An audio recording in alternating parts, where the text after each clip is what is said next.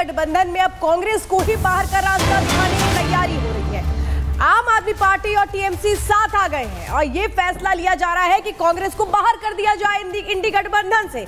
ये इस वक्त की बड़ी खबर आपको बता रहे हैं, यानी इंडी गठबंधन में सीधे सीधे टूट होती नजर आ रही है। एक वो गठबंधन अब बनाने की तैयारी हो रही है जिसमें कांग्रेस ना हो। ये बड़ी खबर इस वक्त कांग्रेस के खिलाफ आम आदमी पार्टी और टीएमसी हो चुकी है, साथ ही समाजवादी पार्टी भी इनका साथ निभा रही है। जो सूत्र बता रहे हैं कांग्रेस के बिना नया गठबंधन बनाने की तैयारी हो रही है और माना जा रहा है कि आज प्रेस कॉन्फ्रेंस हो सकती है। राहुल को गठबंधन से बाहर करने की तैयारी है। ये एक और बड़ी खबर आपको बता रहे हैं कि कैसे राहुल गांधी, कांग्रेस सबको बाहर कर दिया जाएगा और इसके बाद एक नया गठबंधन बनाया जाएगा। यानी ये सीधे सीधे दिखा रहा है कि वो गठबंधन जो बना तो था पूरे जोर शोर के साथ बीजेपी को रोकने के लिए, लेकिन यहां तो इंडी गठबंधन ही अब टूटता नजर आ रहा है क्योंकि यहां कांग्रेस को ही बाहर का रास्ता दिखाएंगे और जो गठबंधन में दल रह जाएंगे उसमें आम आदमी पार्टी, टीएमसी और समाजवादी पार्टी होगी। लेकिन सवाल तो ये कि आखिर ऐसा हुआ क्यों, आखिर इस तरीके से सोचा क्यों जाने लगा कि राहुल गांधी को इंडी गठबंधन से बाहर कर दिया जाए, कांग्रेस को साथ ना रखा जाए। क्या ये तमाम समीकरण दिल्ली चुनाव को देखते हुए बिठाए जा रहे हैं? क्योंकि जब इंडी गठबंधन बना था तब भी इस बात के यही कयास लगाए जा रहे थे कि आखिर कितने दिनों तक ये गठबंधन रुकता है। और ये गठबंधन जो लगभग ये समझिए कि 2 साल भी ठीक से नहीं चल पाया और अब कैसे कांग्रेस को बाहर का रास्ता दिखाने की तैयारी हो रही है। यानी इंडी गठबंधन जो एक तरह से कहे कि कांग्रेस हमेशा ये दिखाने की कोशिश करती रही इंडी गठबंधन में कि वो सूत्रधार रही है, लेकिन यहाँ ना आम आदमी पार्टी, ना टीएमसी और ना ही समाजवादी पार्टी को अब लगता है कि इस गठबंधन में कांग्रेस की जरूरत है। तो बड़ी खबर इस वक्त आपको बता रहे हैं, एक नया गठबंधन तैयार करने की बारी और कैसे उसके बारे में अब खबरें भी आ रही हैं। बाहर कर दिया जाएगा कांग्रेस को और कांग्रेस क्या इसको एक्सेप्ट करेगी, सबसे अहम।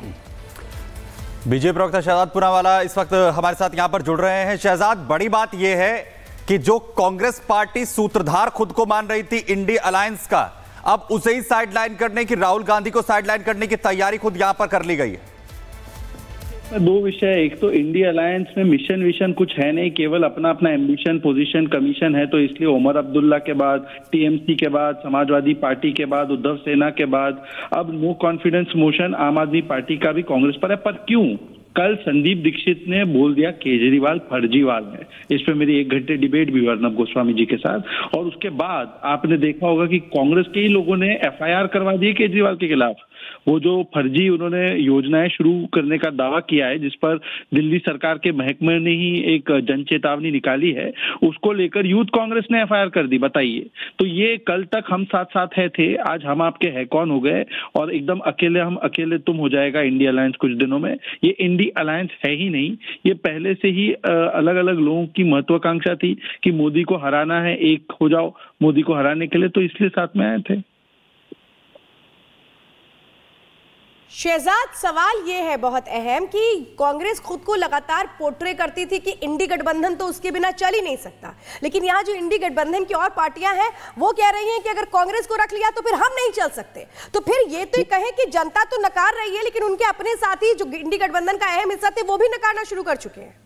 देखिए, कांग्रेस राहुल गांधी के नेतृत्व में 90 चुनाव हार गई। अब तो शामत ये आई है कि टीएमसी बोल रही है नेतृत्व खाली करो, हम नेतृत्व संभालेंगे। समाजवादी पार्टी ने तो उपचुनाव में टिकट भी नहीं दिया। अब देखिए, आप छत पे छिपकली देखोगे ना, छिपकली को लगता है छत मेरी वजह से बची हुई है, तो कांग्रेस उस छिपकली की तरह, उसको लग रहा है छत मेरी वजह से बची हुई है। अब इंडिया अलायंस वालों ने बता दिया कि भाई तुम छिपकली हो, तुम्हारी वजह से छत नहीं बची है, तो इंडिया अलायंस की छत जो है उसमें से वो छिपकली को बाहर करे। ये सिर्फ फिगर ऑफ स्पीच है, कांग्रेस इसको पर्सनली ना ले, वरना उनको लगेगा कि मैंने छिपकलियों का अपमान किया है।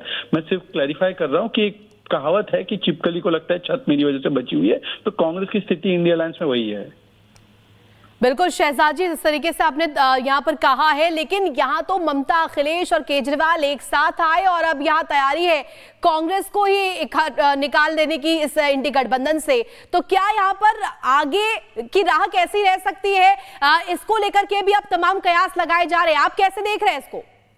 देखिए, ये लोग अभी हमारे उपराष्ट्रपति के खिलाफ नो कॉन्फिडेंस मोशन ला रहे थे। वो जाट समाज से आते, किसान समाज से आते हैं, उनका तो नो कॉन्फिडेंस मोशन का कुछ हुआ नहीं, पर राहुल गांधी के खिलाफ नो कॉन्फिडेंस मोशन आ चुका है, और वो भी जनता के द्वारा नहीं, अपने ही साथियों के द्वारा। तो मुझे लगता है ये एक और नो कॉन्फिडेंस मोशन है। राहुल गांधी हटाओ, इंडिया अलायंस बचाओ, ये टीएमसी से लेकर समाजवादी पार्टी से लेकर अब आम आदमी पार्टी कह रही है। आम आदमी पार्टी को क्या शहजाद ये समझ में आ गया है कि जो कुछ हालात हैं वो कांग्रेस पार्टी अगर साथ रहेगी तो जो है आम आदमी पार्टी का भला नहीं होने वाला है? नहीं, ये तो उनको तब याद आया जब कांग्रेस पार्टी ने उनको कल एक्सपोज किया है, या कांग्रेस पार्टी ने भी आवाज उठाने की चेष्टा की है।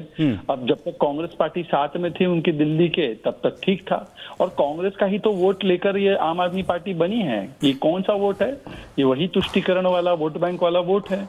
तो कांग्रेस का वोट पूरा ट्रांसफर हो गया, कांग्रेस जीरो हो गई, और आम आदमी पार्टी जो है वो सत्ता में आ गई। अब आम आदमी पार्टी को बिल्कुल शहजाद, जिस तरीके से आपने प्रतिक्रिया दी है, अपनी राय यहाँ पर रखी है, देखना होगा कि आगे क्या कुछ डगर रहती है कांग्रेस की। बढ़ेंगे आगे, और इस बीच एक बड़ी जानकारी मिल रही है, केजरीवाल के घर के बाहर प्रदर्शन, बीजेपी महिला मोर्चा का ये प्रदर्शन रहने वाला है, और बीजेपी महिला मोर्चा के तमाम जो यहाँ पर कार्यकर्ता है वो पहुंचेंगे, और संजीवनी महिला सम्मान योजना पर जिस तरीके से विवाद जारी है, इसी को लेकर के प्रदर्शन करते हुए नजर आएंगे। तो देखिए, दिल्ली एक अखाड़ा बन चुका है। यहाँ पर जो योजनाओं को लेकर के जिस तरीके से तनातनी की स्थिति है, सियासी जो यहाँ पर तनातनी की स्थिति देखने को मिल रही है, बीजेपी अब प्रदर्शन करने की यहाँ पर जिस तरीके से जानकारी मिली है, बीजेपी महिला मोर्चा का ये प्रदर्शन रहने वाला है, और पूर्व सीएम केजरीवाल के घर के बाहर ये प्रदर्शन किया जाएगा। तो अरविंद केजरीवाल के घर के बाहर ये प्रदर्शन, जिसके तमाम मायने भी अब निकाले जा रहे हैं। महिलाओं के लिए ही ये योजना लाई गई थी,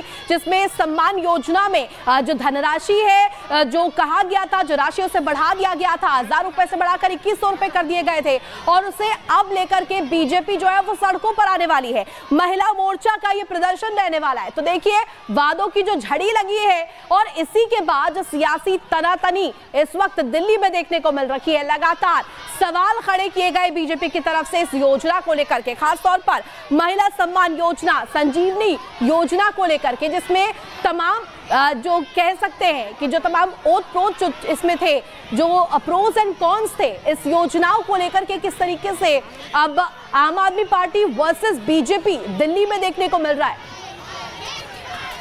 तो दिल्ली का ये दंगल जो है वो लगातार देखने को मिल रहा है। दिल्ली में योजनाओं को लेकर के लगातार तनातनी, और संजीवनी योजना, महिला सम्मान योजना, ये दो योजनाएं जिसको लेकर के दिल्ली में फिलहाल बीते दिनों चर्चा रही है।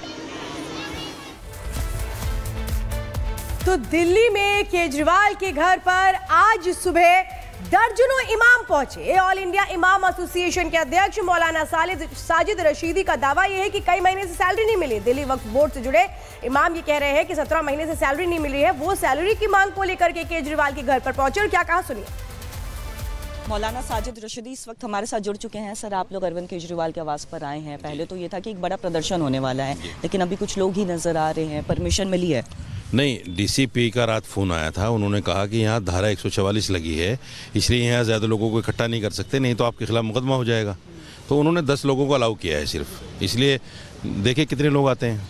बोला हुआ तो है हमने सबको। आप लोगों की मांग क्या है? आप अरविंद केजरीवाल से मुलाकात तो करने जा रहे हैं। हमारी 17 महीने से सैलरी नहीं मिली, हम इनसे बराबर कांटेक्ट में हैं।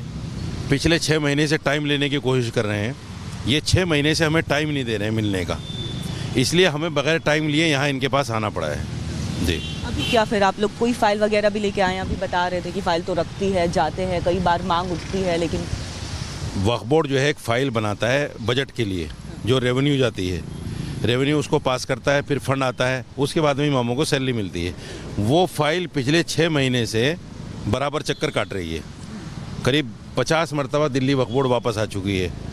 वो ऐसा एलिगेशन लगा देते हैं। अब मुझे बताइए, पिछले बोर्ड के जो चेयरमैन थे या कोई भी आदमी XYZ, अगर वो वक्फ बोर्ड में कोई गलत काम कर गया तो उसमें हमारा क्या कसूर है इमामों का? हमारा उसमें कोई कसूर नहीं है। क्या रिप्लाई आता है? मतलब रिप्लाई यही आता है कि पिछला हिसाब सही नहीं है, पिछला हिसाब दीजिए। भाई पिछला हिसाब आप उनसे मांगिए जो वक्फ बोर्ड के चेयरमैन थे या वक्फ बोर्ड